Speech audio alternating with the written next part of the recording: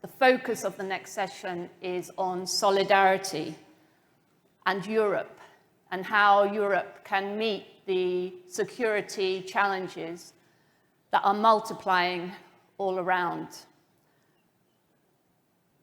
We have a video message in a moment, but first of all, I would like to call to the stage all our speakers before we hear that message. So if you can come and join me, Albin Kurti, Prime Minister of Kosovo, welcome. Yulia Tymoshenko, MP and former Prime Minister of Ukraine. Zoran Zaev, welcome. Former Prime Minister of North Macedonia, welcome.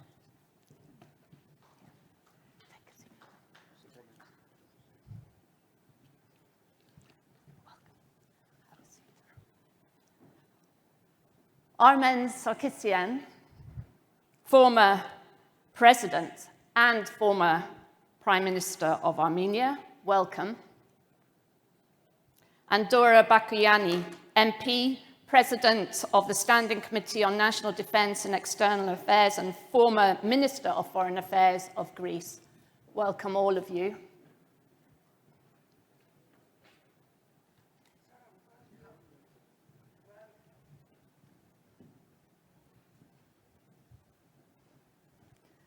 Lovely to see you, Dora. Okay, we're going to hear a video message now from Nancy Pelosi, Speaker Emerita, United States House of Representatives.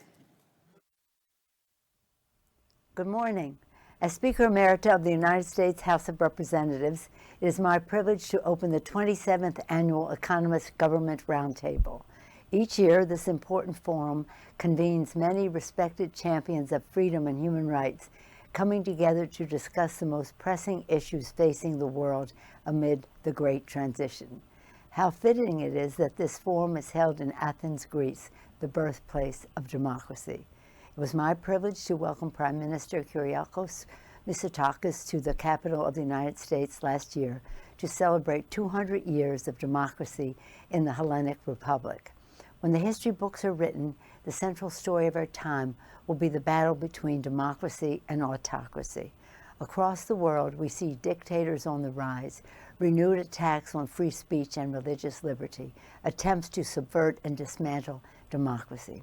As we speak, the heroes of Ukraine are on the front lines waging a ferocious fight, not only for their own freedom, but for freedom in the world. Their extraordinary stand against Russia's cruel crusade continues to inspire us all. In the United States, we take great pride in the magnificent leadership of our President, Joe Biden, who is rallying the free world to stand with Ukraine, and we must continue to strongly support Ukraine's fight for democracy until victory is won. At the same time, we must work together to combat the global climate crisis, the most pressing challenge of our times. As we all know, the climate crisis is a public health issue, clean air, clean water for our children, an economic issue, creating good-paying green jobs and forging progress toward a clean energy future, a global security issue to prevent conflicts springing from competition for resources and habitat following disasters, and a moral issue, because we all share a sacred responsibility to ensure strong, healthy, resilient communities for generations to come. There is no more urgent task than saving our planet. As this year's discussions begin, let us renew our pledge to carry our fight to defeat the climate crisis. And as new technologies emerge around the globe, including artificial intelligence, we must be values-based as we proceed. And we must listen to the voices of all communities as we work to ensure a future that advances safety, security, jobs, and justice. I salute each of you for your leadership, ensuring that these important issues, freedom, climate, and technology, are at the top of the global agenda. Working together, we stand ready to confront the threats of today and prepare for the challenges of tomorrow. Thank you for inviting me to participate today, and best wishes for a productive and meaningful dialogue.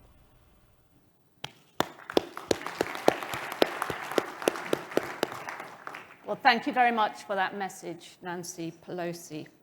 The format of this session is as follows. Each speaker has 5 to 6 minutes.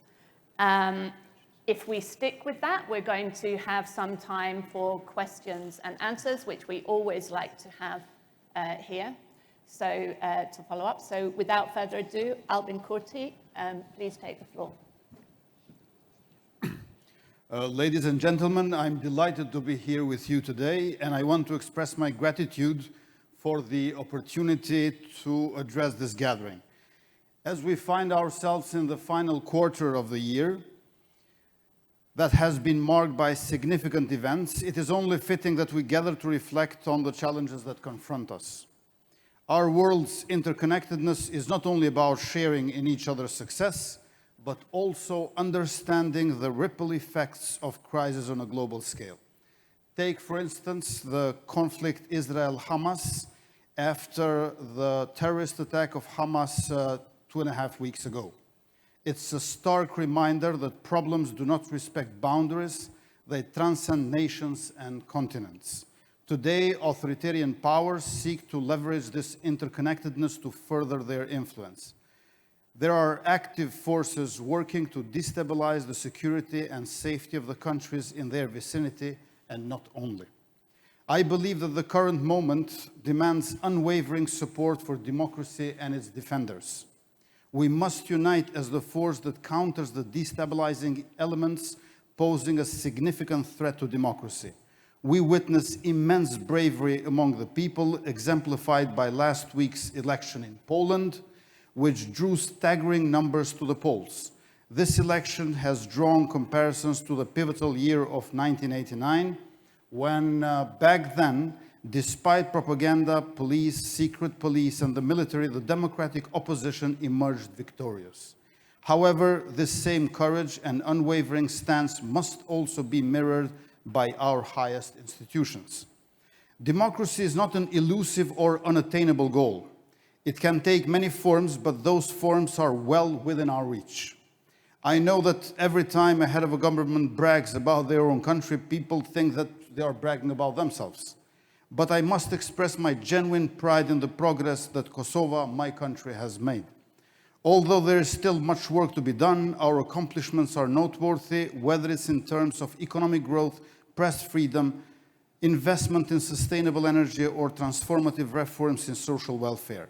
Renowned international organizations are mirroring this progress. From Freedom House report to Transparency International Corruption Index to Reporters Without Borders. What makes our success even more remarkable is that we've pursued the path of democracy without taking shortcuts. We did not prioritize economic growth over democracy or seek investment at the cost of our principles. We did not court investments from countries that sought to fill demands that were not met by the European Union.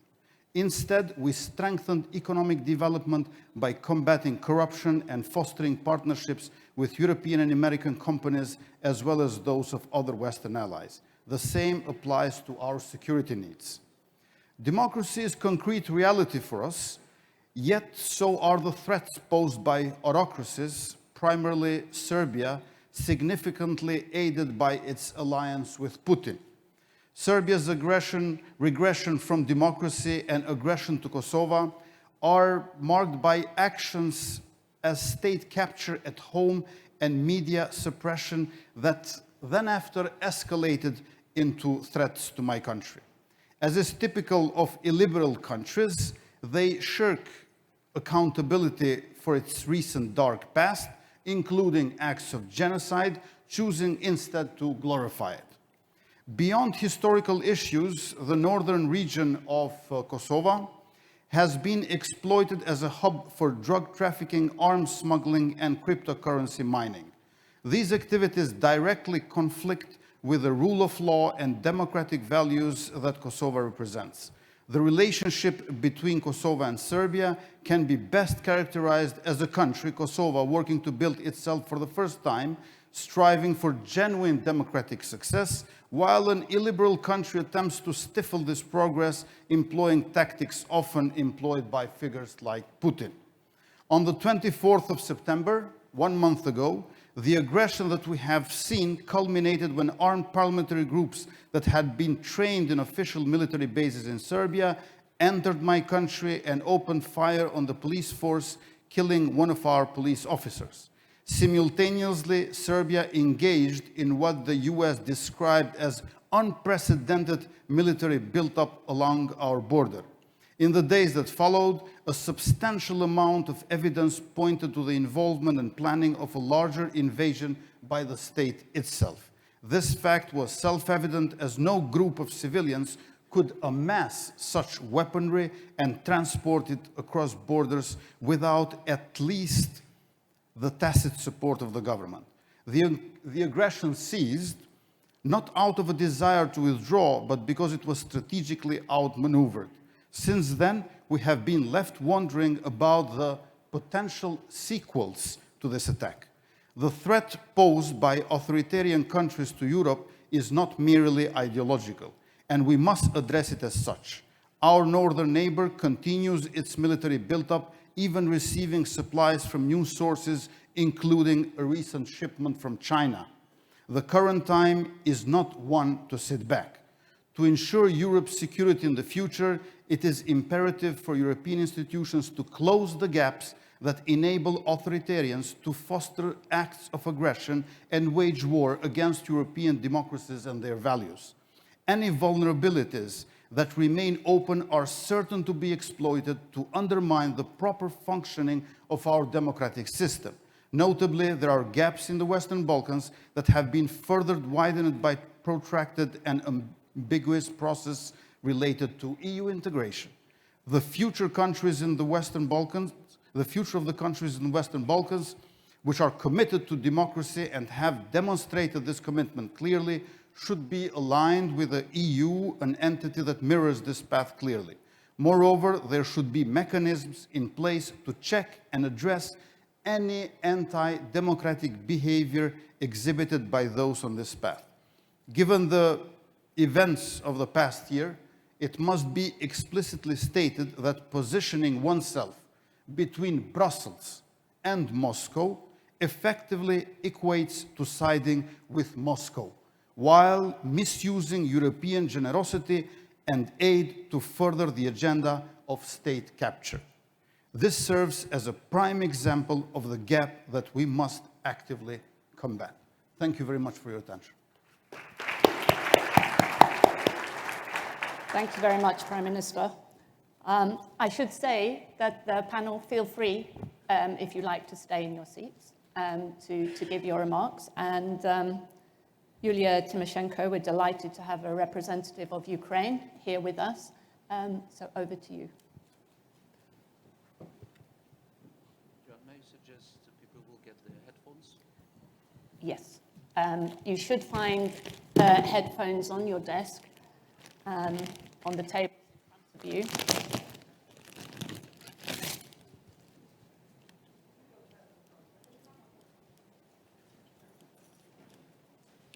Just to give everybody a moment to put those on.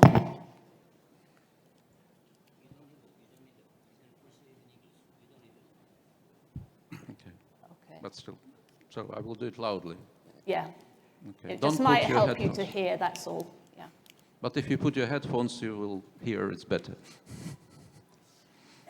Шановні друзі, Dear friends, я зараз маю честь представляти на цьому статусному форумі Україну. I have an honor to represent in this important forum my country, Ukraine. І почати хочу з подяки кожному з вас, вашим урядам, вашим народам за ту підтримку, яку Україна має останні 20 місяців. And I would like to start my comments with thanking to you, everyone, and the countries, your people, for the support and help you're providing to Ukraine in the course of last 20 months.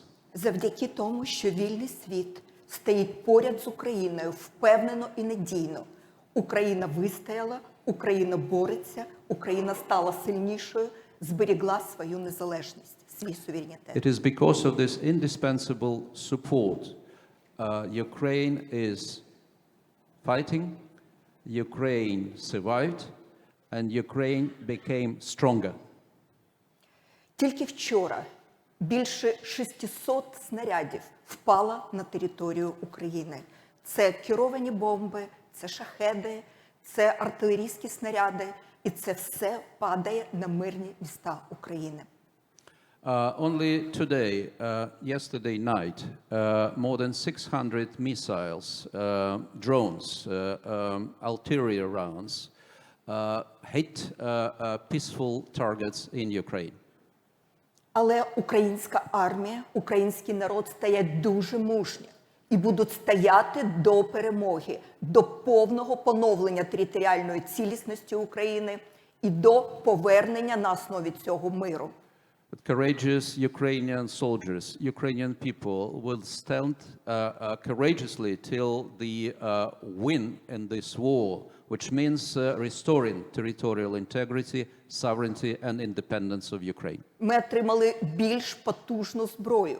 І зараз дальнобійними ракетами «Атакамс» ми можемо вражати ворога дуже жорстко, точно і знищувати по максимуму. We're entering a new stage of the war, marked by the finally obtaining the first part of the long-range missiles, ATACMS, that allows us to reach and to hit the storages and the military targets of the aggressor's army, Russian army, beyond their immediate contact line.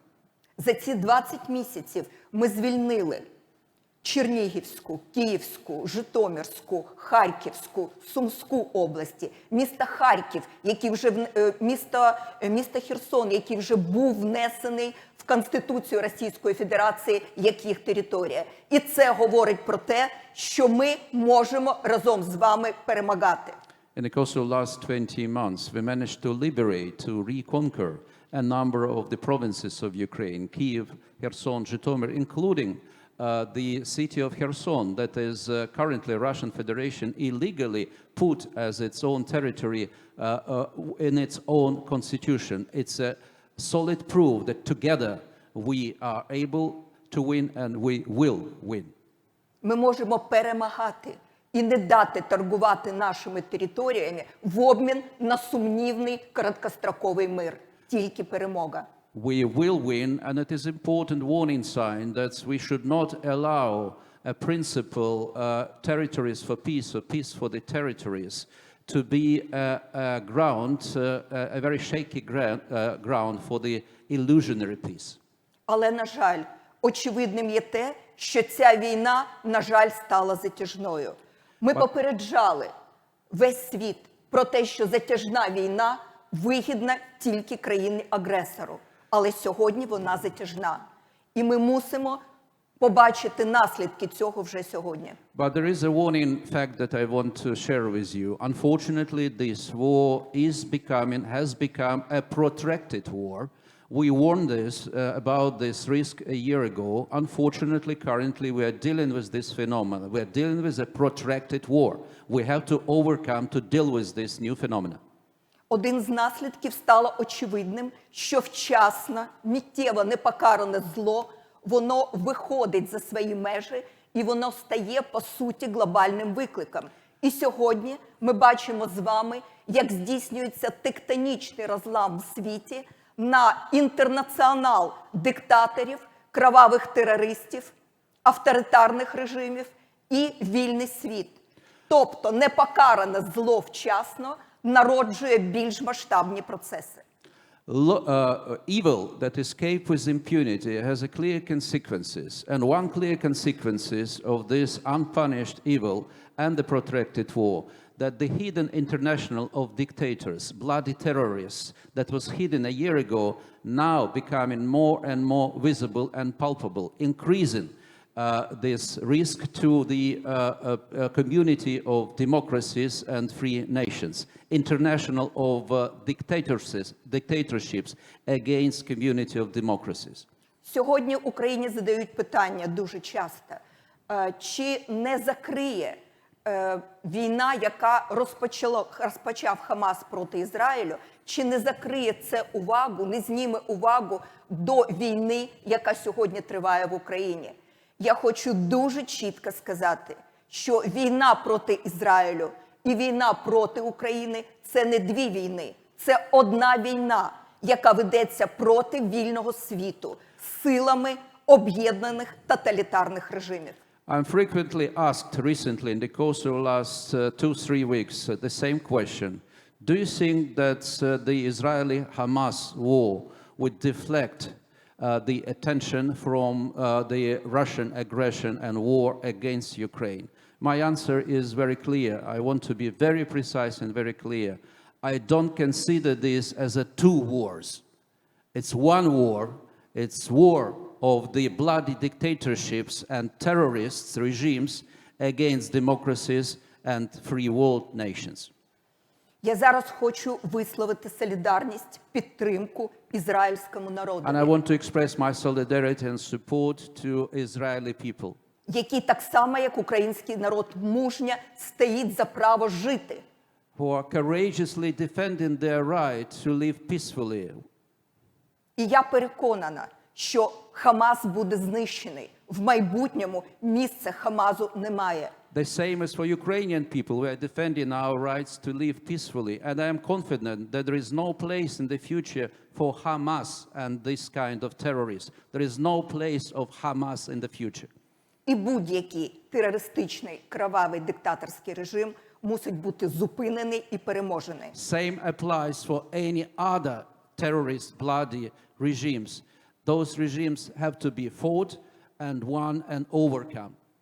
І я переконана, що сьогодні в нашій дискусії ми зможемо з вами практично висловити ті очікування і ті першочергові кроки, які потрібні для того, щоб отримати історичну, стратегічну перемогу вільного світу над авторитаризмом і диктатурою. And I believe in the course of our discussion today, we will find some tangible steps that needs to be done to accomplish and to achieve this, use this historical opportunity to win in a global scale the fight of the democracies, democratic nations versus terrorist, authoritarian dictatorships. І не може бути розмови, а що є перемога? Що таке є перемога? Перемога не може мати 50 відтінків сірого. Перемога – це перемога, коли територіальна цілісність, незалежність народів, мир, спокій і міжнародне право, яке є основою нашого світового порядку, будуть переможцями однозначно, непохитно і назавжди. And one principle for this discussion I would like to share with you, the vision. That's the question is asked, what is victory? I believe we have to be very clear and not to deviate from the answer. The answer on the question, what is victory, should be very clear. Victory should not have 50 shades of grays. It has to be very clear, black and white, victory that's based on the principles that are dear and to the values that we all stand for. Only such victory would be a real victory, not the illusionary one. І тому давайте поборемося за справжню, сильну перемогу всіх нас, вільного So, світу. this goal, victory, a worth to fight for.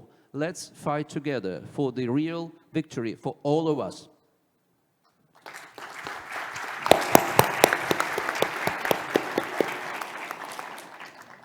Well, thank you very much. I should also thank Gregory Nemiria, former Deputy Prime Minister of Ukraine, first Deputy Chair of the Foreign Affairs Committee of the Ukrainian Parliament for that translation. Thank you very much. Next, we have Zoran Zaev, former Prime Minister of North Macedonia. Welcome.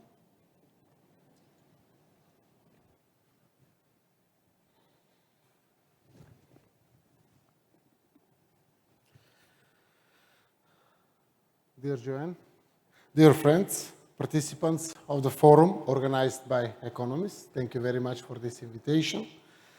This event takes place in the shadow of threats in several war and crisis hotspots in the world. We rightly ask, as this forum also asks, are we seeing the end of the war in Ukraine? How much worse can the situation in Israel get, and how close are we to the entire Middle East going up in flames? Could there be an escalation on the situation in the north of Kosovo? The real answers to all these questions should be given by the moderate and progressive forces in the world, and it is necessary to have those solutions and answers as soon as possible in order to dominate over the radicals and extreme populists. What we have remembered and preserved as experience is that dialogue, diplomacy, acceptance of the other's arguments, and compromise remain the only means of reasonable conflict resolution. From a regional perspective, we have repeatedly convinced ourselves that the Prespa Agreement is the true example of the power of diplomacy and dialogue. It is a useful example for many other open questions.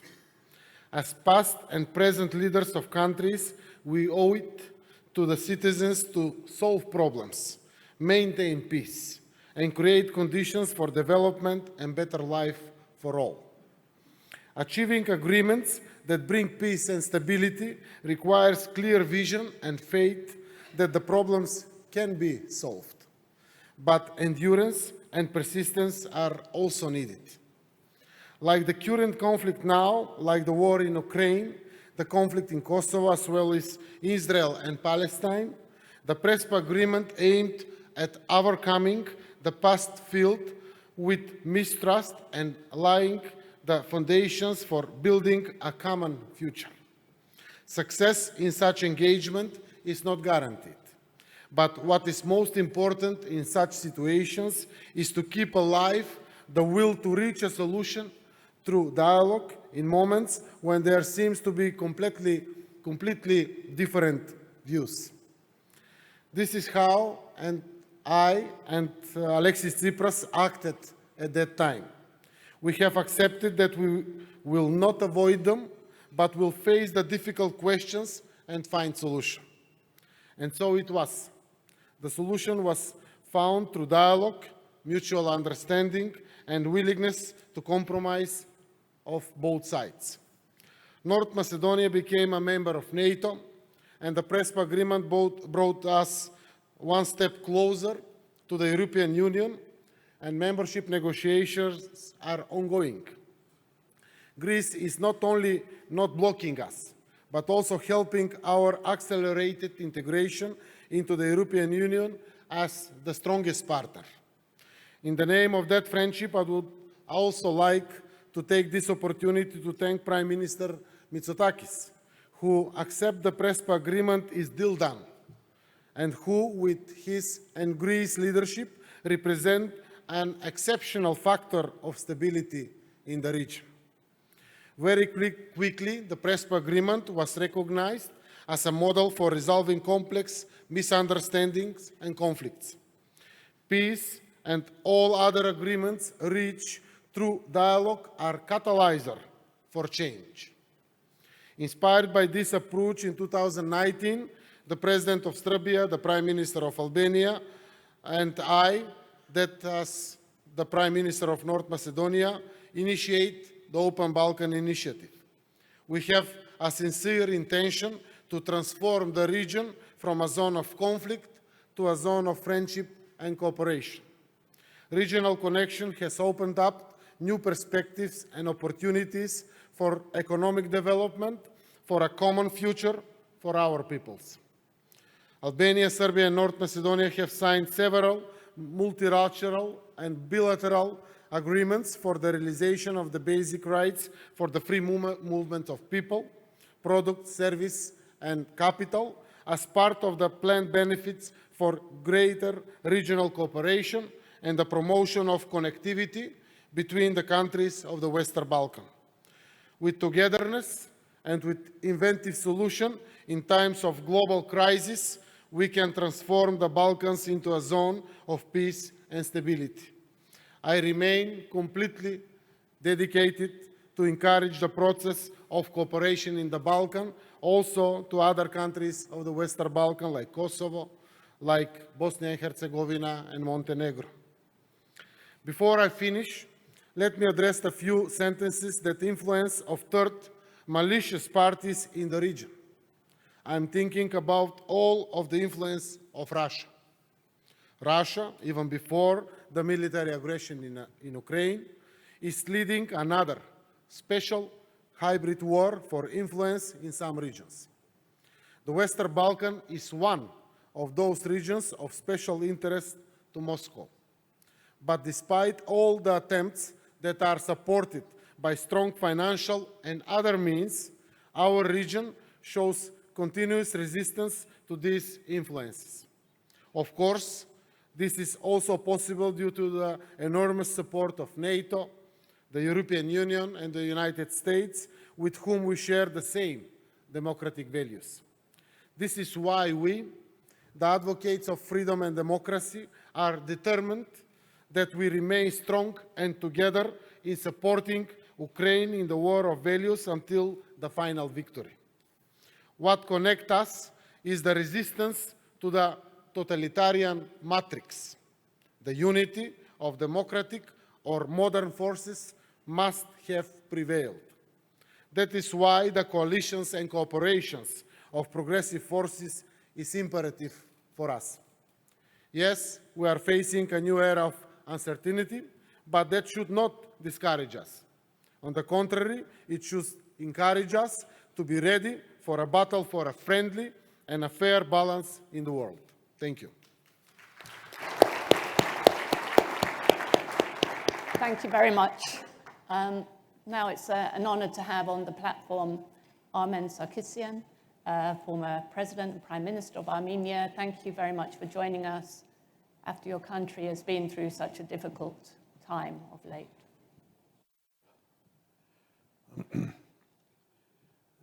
Thank you very much, Joan. And thank you very much, Economist, for organizing this. And thank you again, third time, for inviting me to be here. As you mentioned, former president and former prime minister of Armenia, but I'm fully retired, so I don't represent my government here. I'm speaking as an individual, as a person. In some sense, probably I have to remember that I'm also a former professor of mathematics and theoretical physics. You'll feel that in a couple of minutes. As a former president and prime minister, probably you would expect me to talk about another huge disaster and tragedy which is happening now in Caucasus, in my own country, in Armenia. Basically, these are terrible several years. I mean, for me as an intellectual, the last 3 years that started with the war between Armenia and Azerbaijan in 2020, and then 2022, the war that started in Ukraine, and now what's happening in the Middle East between Israel and Hamas. Terrible, tragic. I'm sure that all of you know that there are more than 100,000 refugees from Karabakh that left their homeland that they were living for thousands of years. They are now refugees in proper Armenia, in the Republic of Armenia. I'm sure that you know that there are thousands of deaths, lives were lost, and probably you don't know that unfortunately during the war of 2020, when between Armenia and Azerbaijan of 44-day war, and even when Armenians in Karabakh were forced to leave the country, there was not huge, basically, impact or support from international community, and it was not very much discussed worldwide as it is now. But that probably is a lesson, that even if the conflicts are small, we have to pay attention. And because otherwise, the next one will come, and the next one will be bigger, more painful for everybody. Now, if you allow me in a couple of minutes to go back to the title of this conference, the Economist has organized this it's called The Great Transition, Geopolitics, Environment, Technology. And I would like to make a small contribution here there. Everybody speaks about about problems, change that are happening in the world. Okay? And the former Prime Minister of Northern Macedonia ended his speech saying a word which is very important. We are in a times of uncertainty. Okay? Before trying to resolve the issues, before trying to understand how we can resolve them, we have to identify the big problem. What is that has changed? And, well, in 3 minutes' time, it will not be possible for me to tell that. I'm speaking about this for several years at Davos, at Munich Security Conference, that we are living on a crossroads of a complete change. The famous American scientist that is supposed to speak here on the 30th was predicting the end of the history 30 years ago, but in fact it's a start of the beginning of a new era. And in order to make it more dramatic, I will call it, we are entering a new quantum world. And I'll explain to you what does that mean. and that's a subject of my book, which is coming up next year. The quantum world means that it's not the classical one. I think the rules and the way we handle our policies, our decisions are not going to be the same. And this is exactly the same 120 years ago when great scientists has discovered that the world of small particles is definitely dramatically different than the one classical that Isaac Newton has described. There was panic, they didn't know what to do. And then later they understood in order to describe all of that, you have to change your logic, the way you approach and understand these elementary particles. It was not easy. Even a great Albert Einstein had difficulties of understanding quantum mechanics. The reality is, now we are living in a different world, and it's also thanks to quantum technology, because the quantum physics has created the technologies that you are using there, the technologies that each of you has, which is a mobile phone, the technology that has created dual representation of each of us. Each of us today is 50% real, 50% virtual. And that's true, because think about how many hours are you spending on your telephone, computer, in front of a television. Think about the world that you are living, which is a virtual one, the Facebooks, of the Instagrams, and all of that, exchange of ideas, and so on and so forth. The world has changed, and I can give a big lecture about that. But the world has changed. It doesn't mean that the world has changed. It has changed also the fabric of our societies. I mean, look at this. The way, I will take only one example, democracy. How we were, because we all like speaking about democracy, how we were exercising in democratic states democracy. Going to ballot every 5 years, and then maybe, if you are lucky, 5 times meeting in your constituency, your MP, and that's it. Today, every individual is exercising the ballot 5-10 times a day on a Facebook. So the thing, how a democracy is exercised has changed. It has created post-truth, false truth, and many other things. So we have to accept that we are living in a completely different world, and the parameters of this world is and is going to be uncertainty, unpredictability, and so on. So in order to describe the world, we have to describe a new formula or a law that Heisenberg has created, the principle of uncertainty for the social behavior.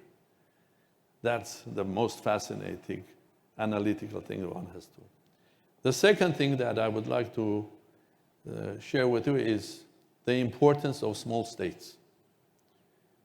In December, my book is coming up on the Club of Small States.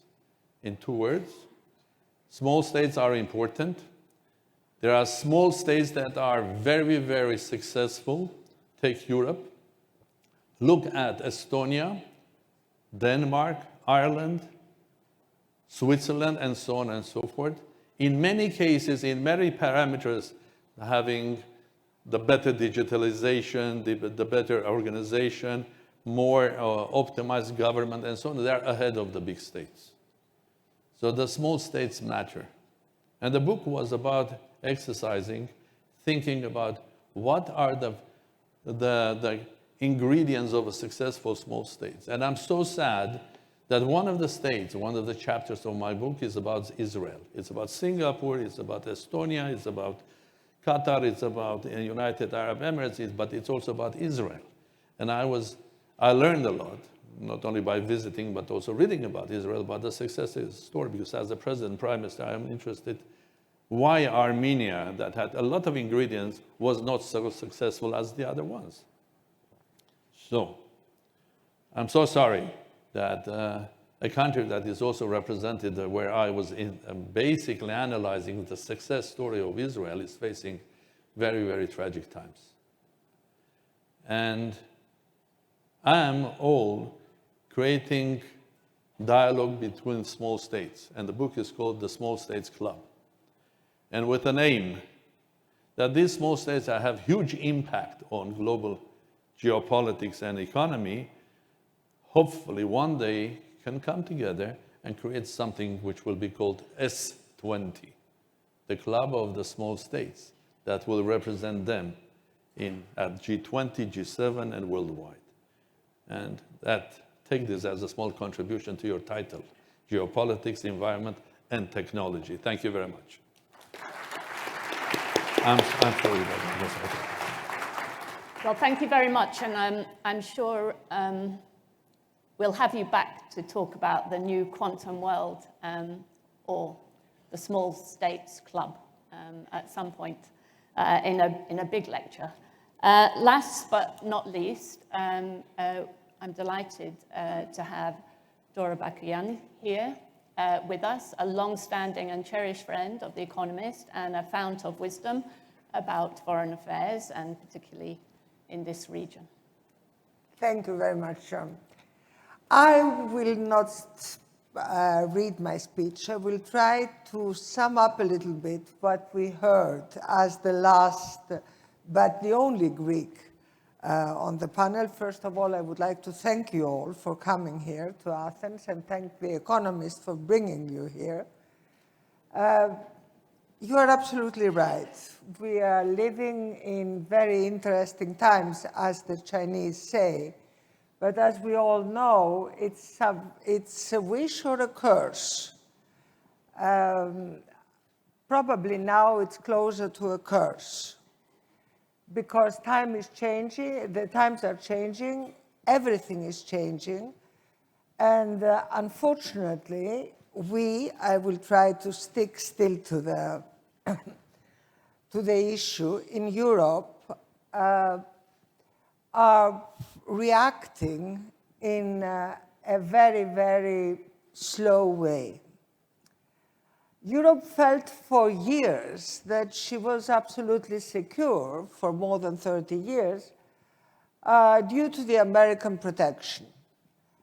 And she was absolutely sure that economically we will make it very well due to the energy supplies from Russia. So things were quiet. And then we, the people who have to do with diplomacy and the diplomats, invented also a wonderful word which was called the frozen conflicts. So the frozen conflicts, one was Nagorno-Karabakh. We tried not very hard to intervene. The other frozen conflict was, of course, Kosovo. The other frozen conflict was Ukraine, the Minsk agreements and what we wanted to achieve. And of course, the biggest of all frozen conflict, the Middle East, and the situation in the Middle East. Now, the problem is that we were used to the frozen conflicts, and at the end of the day, we didn't do anything to really intervene. The American diplomacy tried, but the European diplomacy was inexistent. And this, I think, is something which has to change in Europe radically. Because today we are in front of a completely new situation. Today we know that we cannot have any kind of real influence on this crisis. One of the best examples is that everybody went to Israel, but each one went himself. President Macron was probably yesterday there. Prime Minister Mitsotakis was there. The Prime Minister of Britain was there. Everybody was there. But there was no really European presence and possibility to influence the whole situation. Now, why is that? Because the biggest problem in Europe today is nationalism. Nationalism combined with populism. Nationalism combined with populism is the worst case scenario for any country. And the price we pay is very high. Zoran, you have the problem in North Macedonia, and it's coming up. And we spoke about the Prespes Agreement. When nationalism combined with populism, for us politicians, and for me as an old politician, it's the most easy thing. You go, you make a wonderful speech, it's nationalistic, it's populistic, everybody applauses, and everybody is happy. But this is not the answer to the problems. So we need today much more responsibility from the European Union, a complete change, but complete change of our way to react on foreign policy. And of course, there has been, after the Ukraine crisis, a complete change in the way we see our defense systems. I believe that Europe has also to take the message of change. Because if the world is changing and we stay with our slow and long procedures of decision making, then we will be very, very quickly completely irrelevant. And one last word from the Western Balkans. The Western Balkans cannot stay the black hole of Europe. If we don't understand it now, when we will understand it, it will be again too late.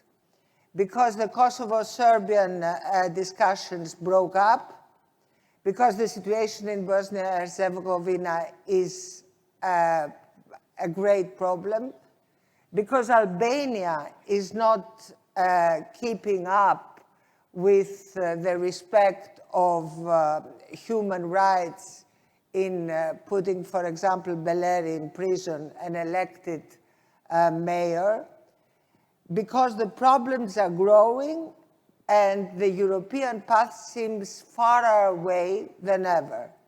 So we have to do something for the Western Balkans, and we have to do it quickly. So I'm sorry, John, I didn't look very optimistic, but I think that time is running out and we have to run. Thank you.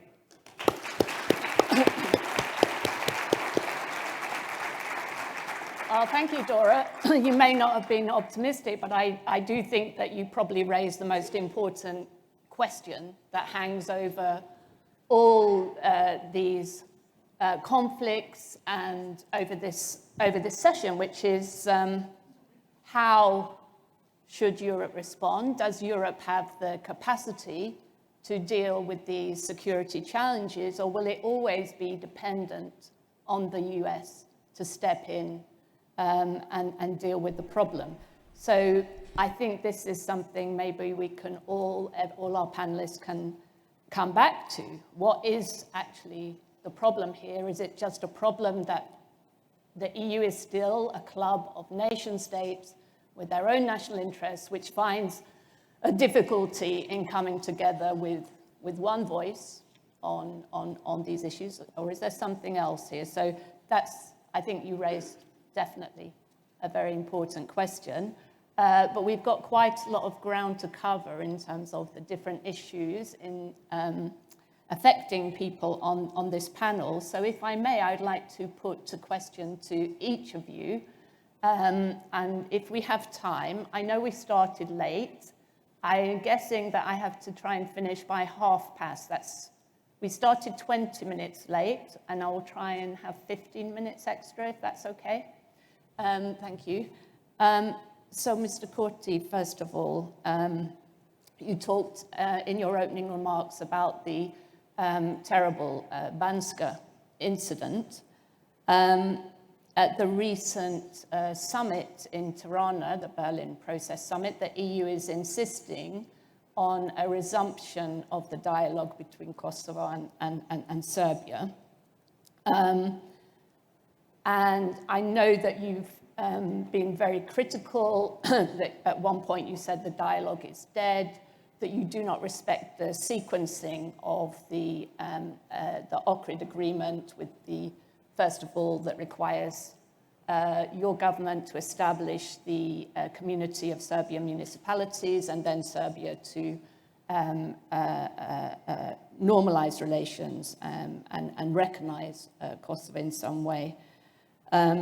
So what's the way forward? Are we in a deadlock? How do you see the way forward now in this, trying to deal with this very long-standing and difficult problem? Thank you very much. I think that the countries of Western Balkan 6 who want to join EU, they should be helped to join as soon as possible. Second, it is important to understand that internal reform of EU and external enlargement can go only hand in hand. And I dare say that EU cannot reform without the perspective of enlargement, and likewise, it cannot enlarge without the perspective of internal reform. Third point is that we need to strengthen transatlantic bridge. And President Biden has been working hard on this. I think that EU and US need each other more than ever. And in this sense, I was never fond of anti-American Europeans and anti-European Americans. We need transatlantic bridge. We need to create a strong coalition of democratic states against autocracies, and here in European continent, first and foremost against Russian Federation and Kremlin. In the case of my country, when my Minister of Interior called me on 24th of September between 3:30 and 4 a.m., he told me that one of our policemen has been killed in an ambush after two trucks were blocking the road. And apparently we have been outgunned. There are dozens of paramilitaries, and 7 Kosovar policemen were exchanging fire over 1 hour with these paramilitary terrorists until special units arrived. We have 381 kilometers of long border with Serbia, which is longer than the border with 3 other neighbors combined: North Macedonia, Albania, and Montenegro. So we need security for Kosovo. We need joint patrols of NATO and our police along the border with Serbia. But at the same time, we need to implement the agreement that we have made. I offered to sign it on 27th of February in Brussels. Then I offered to sign it again in Ohrid on 18th of March. But Belgrade doesn't want to sign because the content of the agreement is de facto recognition. It is modeled upon 2 Germanys from 1972, when back then German Chancellor Willy Brandt, live and let live, de facto recognition between 2 Germanys. That is the agreement that we do have with Serbia. What we lack is implementation. So, in the history of agreements between Kosovo and Serbia, we have over 40 agreements, but we lack implementation. So, making an agreement and implementing it are 2 different planets, and we have to bring them in the same continent, and that is European continent. So let's swiftly implement what we have agreed, and I still stand ready to sign everything I say yes. This was not the case with the other party, and then the difficulties occurred. Thank you very much. Ms. Tymoshenko, how confident are you that support for your country from Europe will persist in the face of what you said in your opening remarks is already a very long war and is set to continue for some time? What more can Europe do to ensure that Ukraine has the means to fight?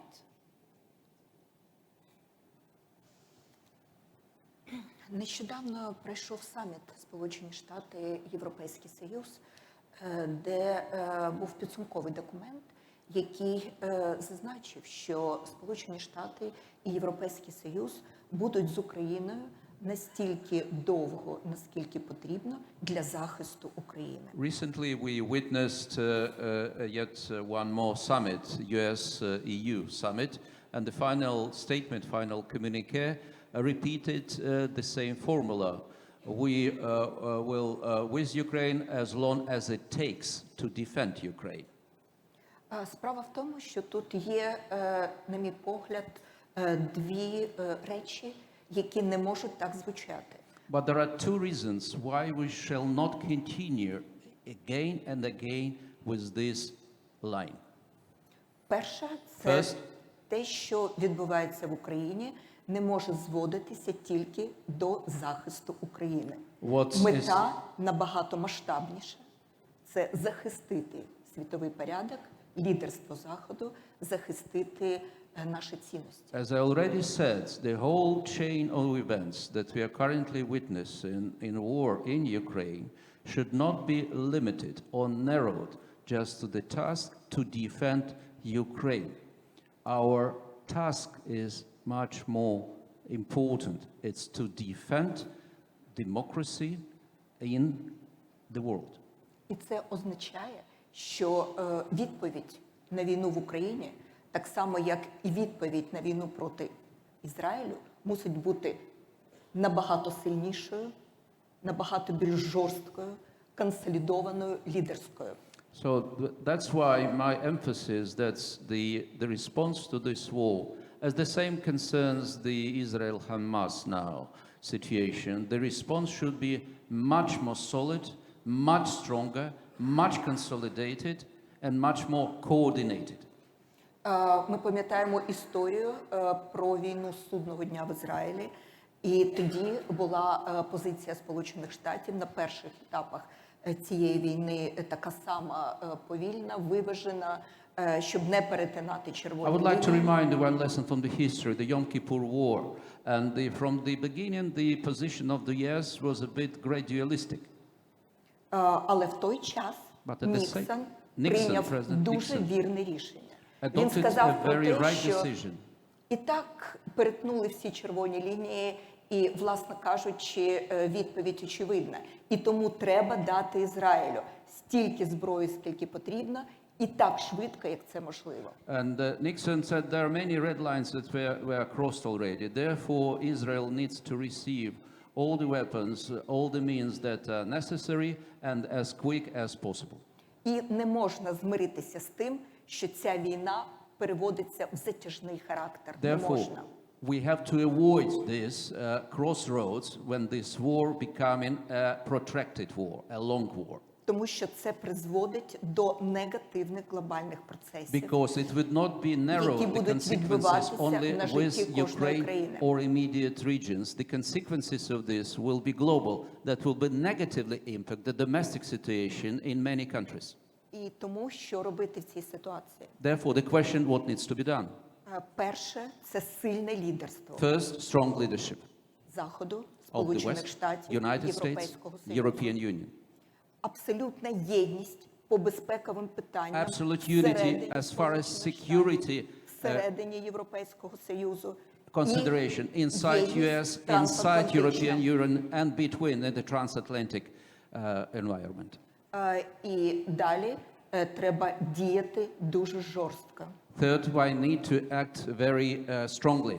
І те, що стосується Європейського Союзу, As far as the European Union is concerned, місія об'єднати всі країни Європейського континенту, mission is to keep які сповідують цінності. European countries united, those who shares the same values.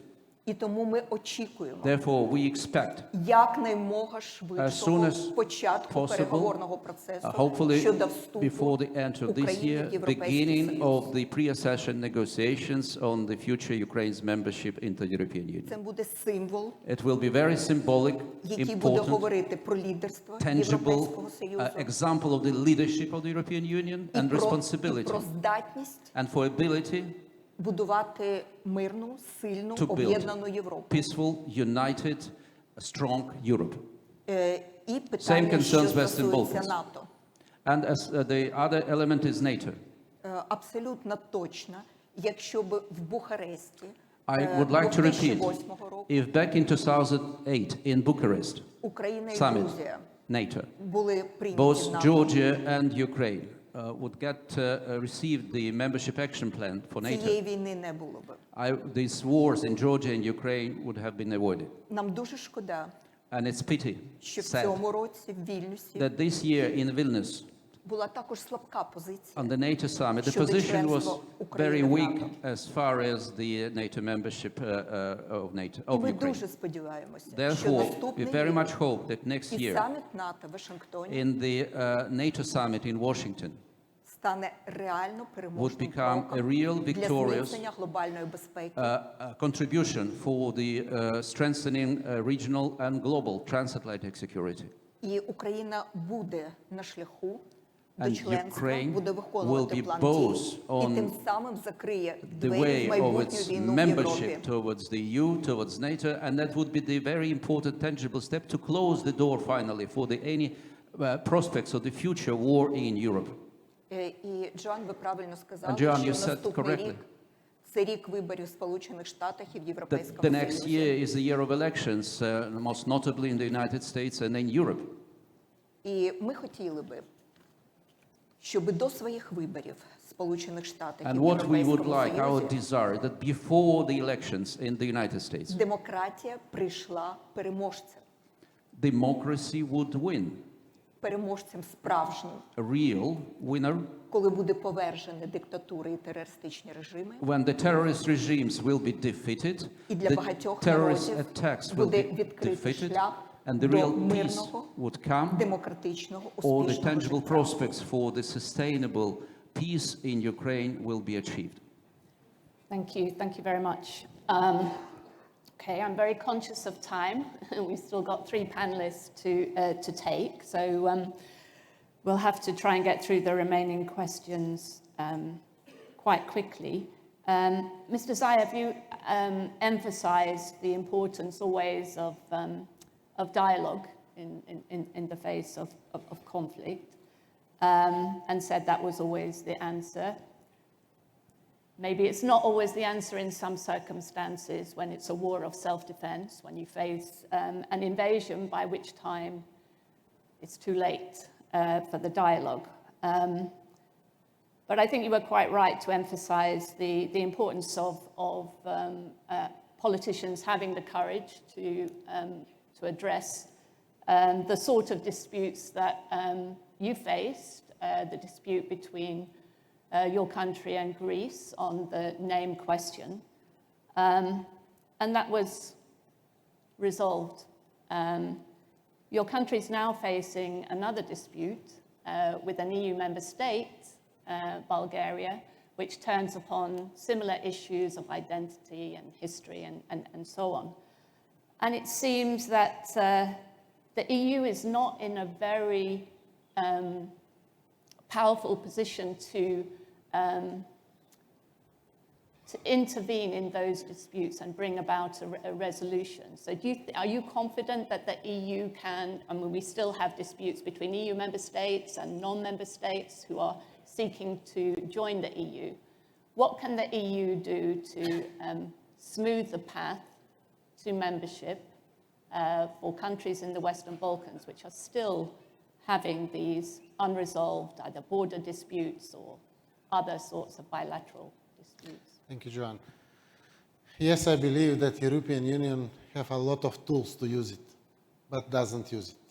Because they know, we know, there is no alternative for Western Balkan countries than European Union future. We are completely pro-Western oriented. We believe in democracy, we believe in freedom, and of course we believe all of these democratic values, and we want to have it in our countries. But it's a lack of leadership, like Madam Bakoyannis mentioned it. There was not existing of diplomacy some period of time in the European Union. And we all know that the European Union and European countries are very strong. They have a lot of tools how to act. And lack of acting provoke future conflicts. For example, it was not easier to the Greek citizens and the Greek politicians that time, especially to those citizens who live in the Greek Macedonia, to understand that there is another Macedonia, North Macedonia, or for us to change constitution, to change because of changing the name of the country, but that brings friendship and prevent future conflicts. Now, between North Macedonia and Greece, is a stronger partnership ever. For us, it's the second strategic partner. Economy increased 80% since that time, for example. The biggest investment came from Greece. And nobody can even dream about some future conflict. That means prevention. Diplomacy must do harder. The ex-president, prime minister of Armenia mentioned it. It's a new time.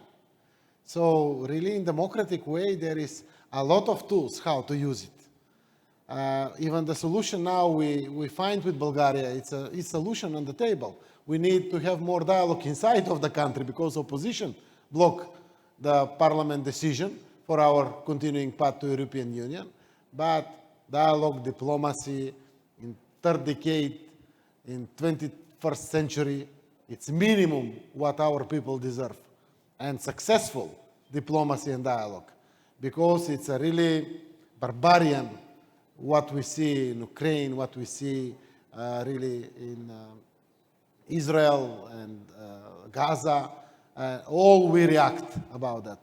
And at the end of the day, the people pay politicians. They choose them in elections. They nominate them really to act in a way of prevention and also to have successful acting to avoid losing lives of the people.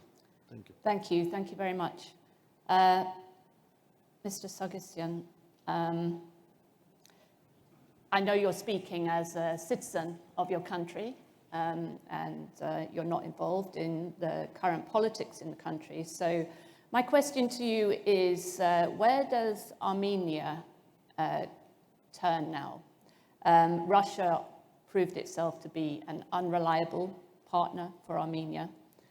But what happens to countries such as Armenia that are, in a way, the left outs of the left outs, which are occupying a kind of geopolitical no man's land to some degree?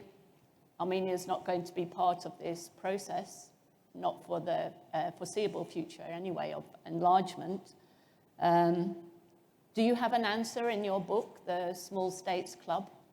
Where should you turn? What should you do? Do you have an interest to buy it, or shall I give it to you with a signature? All right. I heard the question. I'll transfer this question to the government of the Republic of Armenia, because now it's their task to decide where to go from this crossroad, and it's a very difficult one. And I think blaming one or two sides that it's a complex situation ever found for a smaller country. Of course, if you go back 20, 30 years, when the world was classical, Armenia had the classical solution after independence. Armenia had the military base of Russian Federation to block Turkey, not Turkey as a member of NATO, but Turkey as someone that we had a history of it that goes back 100 years ago. Now, maybe my own country didn't realize that the world has changed. Maybe my own country didn't realize that a country like Russia and Turkey that were representing former Ottoman and Russian empires one day can become friends. Maybe we didn't work very hard to get closer to European Union on time. Maybe we were not smart enough to get the right balance. There is only one thing that I'm certain there is always a solution, but you have to find that. And that solution cannot be classical, that before. So Armenia has to find a new solution. Maybe that solution will be a quantum one. And in order to find a solution, I think the role of European Union is very important, although we are far. And the role of NATO is very important because I think with the whole respect to NATO, because I was Armenia's first ambassador to NATO, but when there is a war between Armenia, Azerbaijan, and NATO member actively is a part of that war. And there is no answer from the leadership of NATO, how on earth NATO member is fighting Armenia, which is not an enemy to NATO. There's no answer.